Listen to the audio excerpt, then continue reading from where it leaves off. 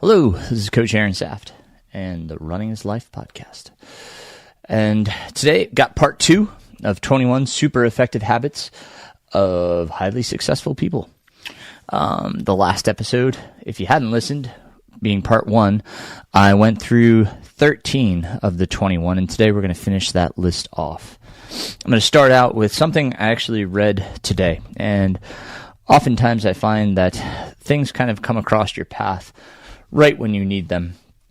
I've been a bit overwhelmed just with everything in general. As usual, I just have too many plates that I'm trying to balance and spin and eat off of. So this week found the Henderson County Cross Country Championships, which we hosted at our team's high school, West Henderson High School. And that's what I've been preparing for, building a new trail for, repairing the bridge, just doing general coursework. And I thank all those that helped make that happen. But with that, I've had to get up early and get stuff done. And it's just a billion other things with the government shutdown. The Carolina Mountain Club has not been able to work up on the Mountains to Sea Trail, so they asked if they could help me with anything, just as they did last year. And I said, yeah, I'd love to start a new trail. And so they said, all right, great, let's do that Thursday. So Tuesday was the county meet. Today, the work day. Like I said, it's just been a lot of extra stuff, getting ready for all this and trying to help them. And of course, there's everything else that still has to happen. So it was just a lot this week. And I was just kind of on Facebook this morning, and this kind of post came up, and it was a quote from Ernest Hemingway. And I just like to read it to you because maybe it will help you. And I know it kind of hit home to me today. And we all, well, most of us know Ernest Hemingway and his writing style, and he's honest, brutally honest. And so he says, the hardest lesson I have had to learn as an adult is the relentless need to keep going, no matter how broken I feel inside. And that strikes home, right? That you feel that. The truth is raw, unfiltered, and painfully universal. Life doesn't stop when we are exhausted, when our hearts are shattered, or when our spirits feel threadbare. It keeps moving, unyielding, indifferent, demanding that we keep pace. There is no pause button for grief, no intermission for healing, no moment where the world gently steps aside and allows us to mend. Life expects us to carry our burdens in silence, to push forward despite the weight of all we carry inside. The cruelest part?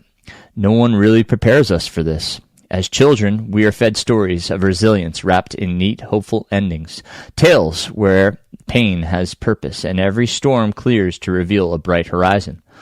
But adulthood strips away those comforting illusions. It teaches us that survival is rarely poetic. More often than not, it's about showing up when you'd rather disappear, smiling through pain no one sees, and carrying on despite feeling like you're unraveling from the inside out. And yet, somehow we persevere. That's the quiet miracle of being human.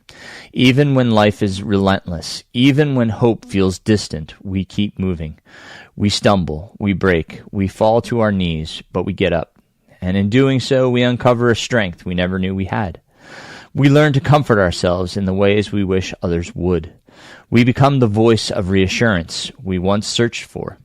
Slowly, we realize that resilience isn't always about grand acts of bravery. Sometimes it's just a whisper. Keep going. Yes, it's exhausting. Yes, it's unfair. And yes, there are days when the weight of it all seems and feels unbearable. But every small step forward is proof that we haven't given up, that we are still fighting, still holding on, still refusing to let the darkness consume us. That quiet defiance, choosing to exist, to try, to hope, is the bravest thing we can do. I think that's wonderful. And I really hope that helped you. I'm going to put it in the show notes so you can put it where you may. I keep it on my phone, and in those moments where it feels like just there's so much going on and I feel overwhelmed and I can't stay present, I'm going to read that and remind myself, yes, things are challenging, but I am resilient. Just as I am a runner, I am resilient. And, that's why running is life. Running teaches us so much. And, everything I said there, I'm sure you've experienced in running too. So I hope that helps you in both life and in running. But I wanted to share that piece because it really did make a difference in my day. And reading it once again has kind of brought me some peace and kind of focused again. All right. I'm going to move on here to number 14, picking up where we left off. And I really do appreciate. I know this was kind of a diversion from the normal podcast, but like people reached out and said that this was impactful and meaningful to them, and they had a lot of takeaways and things that they were going to use in their own lives and share with others, and that's fantastic. And so thank you guys for reaching out and sharing that. Where we left off, we're on number 14, treat everyone with respect. Oh man, everyone in your work life and in your personal life deserves respect, just as you do. Respect others and they will respect you. I go back to when I lived in Blacksburg, Virginia area, and I was working at a local run shop called Runabout Sports. I was a cocky, arrogant young man, and I think I've told this story before. Some of you may find that strange because the person I am today, I hope, is viewed as a more humble, respectful person. But I was not that in my youth. I was, very full of myself, very self-confident, and it showed. As much as I don't want to admit it, that I was cocky and I was arrogant, and I was serving a young woman that was trying to run a 5K, and outwardly I did not try to express anything, and perhaps my mannerisms did, or maybe the way I said something did, but I angered her. And I'll never forget that, how I upset this poor woman because she felt that I was scoffing at her, that I was, I was in some ways above her, if you will, that, I didn't respect her or what she was trying to do. That moment was a pivotal moment in my life, and recognizing that I had not respected another individual solely because of myself and my ego. And that was not okay. And that's the moment I began to change.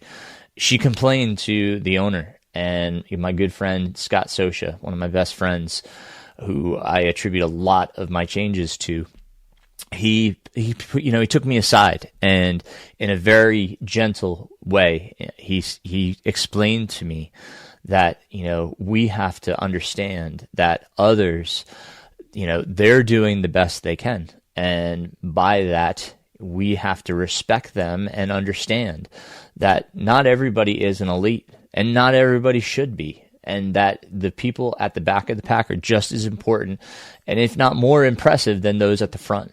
And that was, again, a seminal moment in my life where I recognized that I was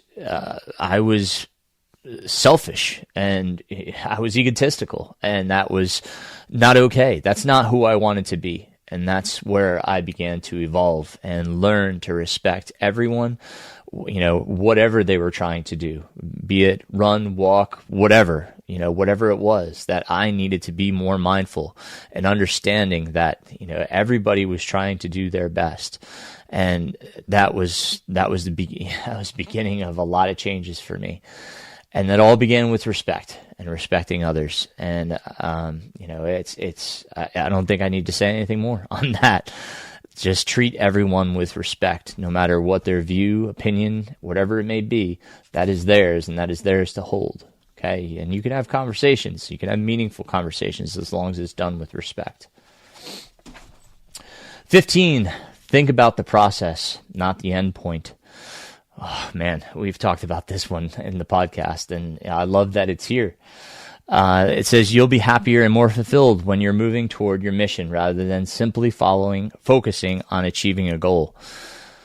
Oh, man, this hits home with running, and I hope it hits home for you. And if it doesn't, this is a great way to look at it. Your training is a journey. You spend months, days, hours, training for a specific race, okay?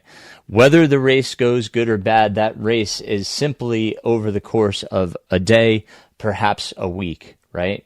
For 200 milers, or maybe a bit more. But the training obviously takes much more time than the actual goal, the race itself.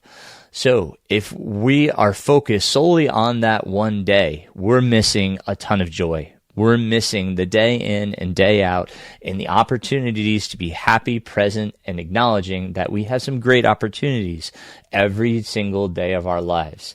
And that is how we truly enjoy running, by enjoying every single moment we get to be out there and training for something.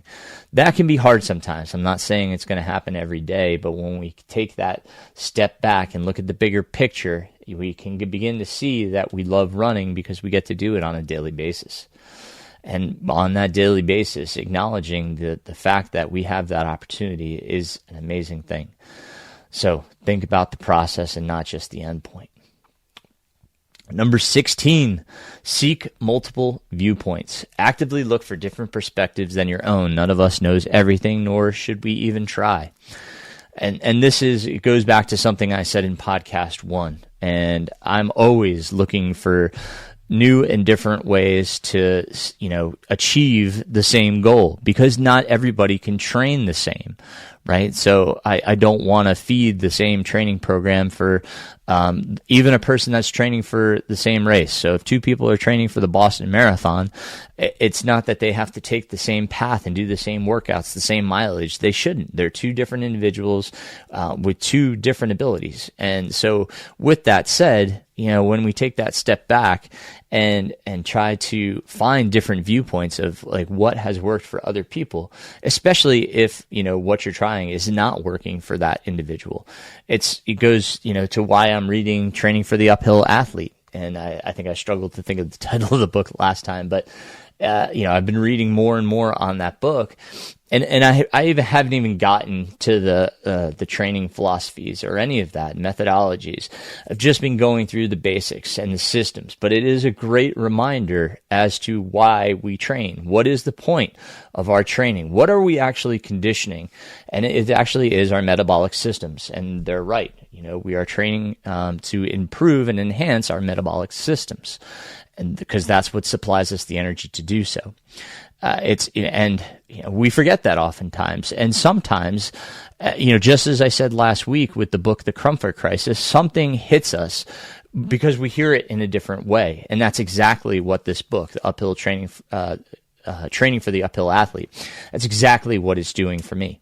It's providing a different perspective. It's lending a different way of learning the same material I have in the past, but it's sinking in better because I understand the larger concept. A lot of times we're explaining science, but we don't learn the application. And here they're showing us exactly, here is the science and the application towards what it's being applied to. Now, maybe some people did it in the past, but in the way they didn't, I didn't perhaps grasp it as well.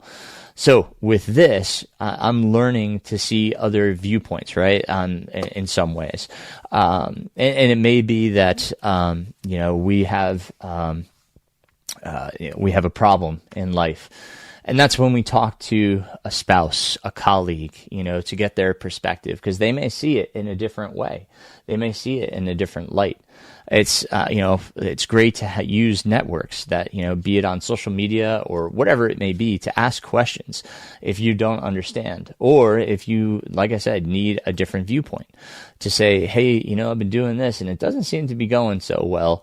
What do you guys do? What are some thoughts you guys have, right? So using that as multiple viewpoints, you may come to a different conclusion or a different method or philosophy of something you've been struggling with. So seek those multiple viewpoints.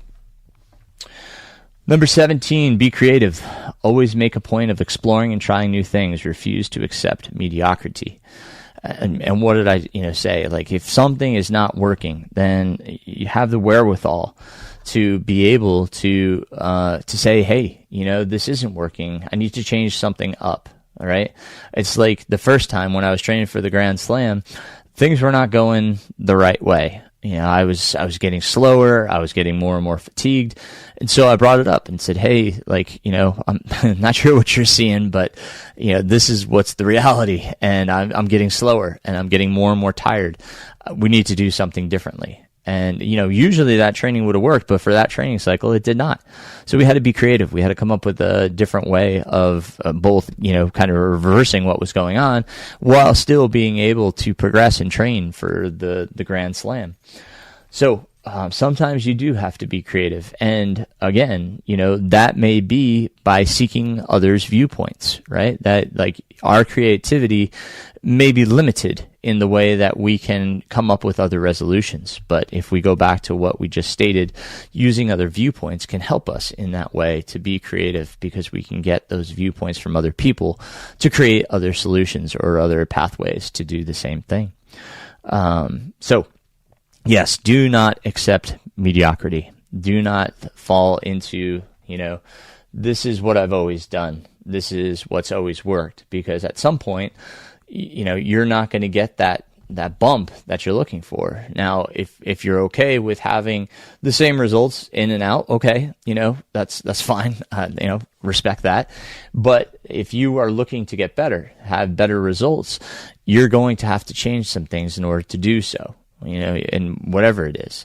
So be creative in those. That's it's a great valid point. Number 18, take responsibility. Don't make excuses. Instead, take responsibility for the things you do, good or bad. Oh man, yeah. This is something I think all humans struggle with. Obviously, youth, it gets really difficult. I'll give you an example here. My daughter, she had homecoming. She went and stayed over at a friend's house. And, she was going to miss a long run that had a workout in it. And it was a pretty key long run and workout that I wanted all the kids to do. That's tough on homecoming weekend, especially with all she had planned. But she had told me she had done it. And so I believed her. Why wouldn't I? It's my daughter. And so she came home late, the next evening after homecoming. And, when I asked her about the workout, things didn't add up, unfortunately. And, I said, sweetheart, did you not do the workout? And, she got upset and she said, no, I just didn't want to let you down. So she took responsibility. I'm proud of her for that. And then she went and did the workout, much to her credit. Late that evening, she went and jumped on the treadmill and did the workout. I'm pretty impressed. But she took responsibility, and I was very proud of her for that, because that's not easy, after not telling me the truth, to come up and fess up and say, listen, I didn't do it, and I know I need to.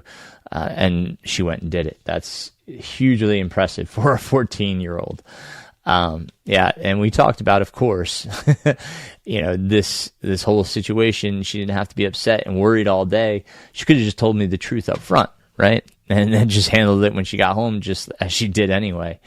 So, lessons learned, and having those conversations with your kids, with your athletes, with whoever, it's great, and, it's something I spoke with my athletes about yesterday at practice, because I heard fourth hand that somebody was upset, and it was upset over an action that I took. Now, that upset me that it took to go through 3 other people to get to me that somebody was upset.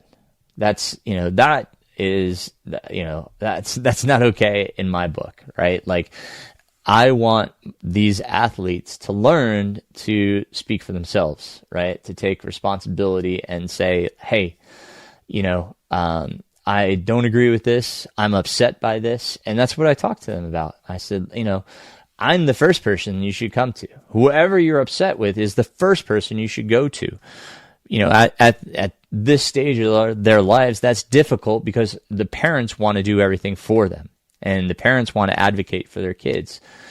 The next level for a lot of these kids is going to be college, and the parents cannot advocate for their kids. And that's something they harped upon us when, I dropped my son off at the university, is they said, we no longer want to hear from you.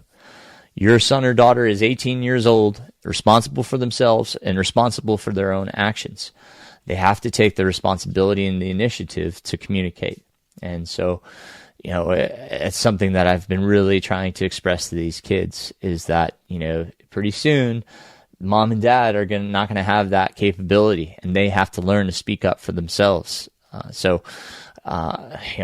been a lot here recently about taking responsibility. And I too, I make mistakes, right? But I take ownership of them, and that's taken a lot of maturity, a lot of time. Like, there's the season. I can give you an example. Like I totally slipped about, putting a kid in. There was, a race, and, for whatever reason, like I thought the kid couldn't go, so I didn't put him in. And I should have verified with the athlete, obviously. But then, when the kid and the parent approached me, I said, I didn't put you in. I thought you couldn't go. I'm so sorry. But I did take responsibility. Like, it was on me. When I recognize it's on me, I got to take that responsibility. So that's a big piece of this, taking responsibility. Number 19, support others in their journey. The journey through life and business isn't always an easy one, so make it a habit to support others and to help them along the way. You'll build loyalty and deeper relationships in the process. Yes, I mean, my job is to support others in their journeys. As a coach, I am here to support my youth athletes and my adult athletes in their journeys, be it to becoming, adults, just with my youth, because yes, I coach them, but as I was just describing, I'm also trying to help them, understand the realism of the world, right? That's part of my job, is to help mold these kids. I am influential in their lives. I recognize that. So my actions, what they see me do, is, what reflects, or what they perceive is, who I am and how they're allowed to behave. So I take that seriously, and I have those conversations just as I was just describing. And, again, in my adult coaching, I try to make myself as accessible as I can to my adult athletes. If they need a Zoom call, I try to make sure that we can find a time that's amicable, be it on my call schedule or some other time if my call schedule doesn't work for them. But I try to make myself available so that I can make sure that we have a conversation. And I love to have a conversation prior to their goal race, and I love to have a conversation after their goal race. I also love to have a conversation at the end of the year to kind of talk about how the year went and what does the year ahead look like, so that I'm on the same page with them. So, support in my eyes is massive, right? And being a part of others' journey. And that's what I say to an athlete when we finish up. Thank you for letting me share your journey. That's exactly what it is, right? And be it whatever circumstance, if they're done, and then they say, hey, that's all I needed, I say thank you for the opportunity to share this journey with you. So number 20, be a lifelong learner. Constantly learn and improve yourself, never compromising when it comes to welcoming positive change into your life. Yes, and what was I talking about earlier? Reading training for the uphill athlete, trying to improve on myself, trying to learn different methodologies, trying to learn different ways. I'm also taking a strength course, strength training, and that's kind of been put on the back burner as I get through training for the uphill athlete. But I'm constantly looking for ways to learn and improve, especially if it's going to help my athletes, right? That's what the goal is. So when you look at what is the focus of the learning, what is the goal from the learning, are you going to accomplish that through what you are learning, right? A lot of times we get these continuing ed things and it's just kind of like, oh, I just got to get this done. I don't want my continuing ed to be something that just checks a box. I want it to bring something to me that I can then apply moving forward to, to helping others, to, again, supporting others. So yes, continue to learn. I continue to listen to podcasts, to watch YouTube videos, to read online articles. All of these ways, I get a ton of newsletters that I read. All of these ways are ways that I continue to learn and develop and to stay in tune with changes in what we're learning from science and through experience. So, I'm always open to trying new things and hearing about how new methodologies and training principles can be applied and used to help athletes. So do the same within your life. And lastly, number 21, live with passion and purpose. Do everything you do with passion and commitment, with your heart fully dedicated to the work you have chosen. And I think that's a great way to wrap this up. Just as they said, do everything with passion and commitment, with your heart fully dedicated to the work you have chosen. I really love this list. I love, everything it has. Again, it made me reflect. And perhaps that's, all you get out of it is reflection. What are some things that you're doing right? What are some things you can change?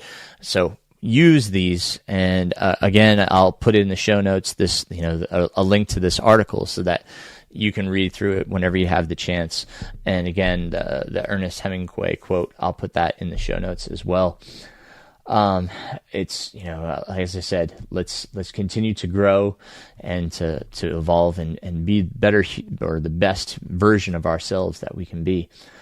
I thank you guys, as always, for listening and being a part of this. I've already recorded an episode with Mike Reardon.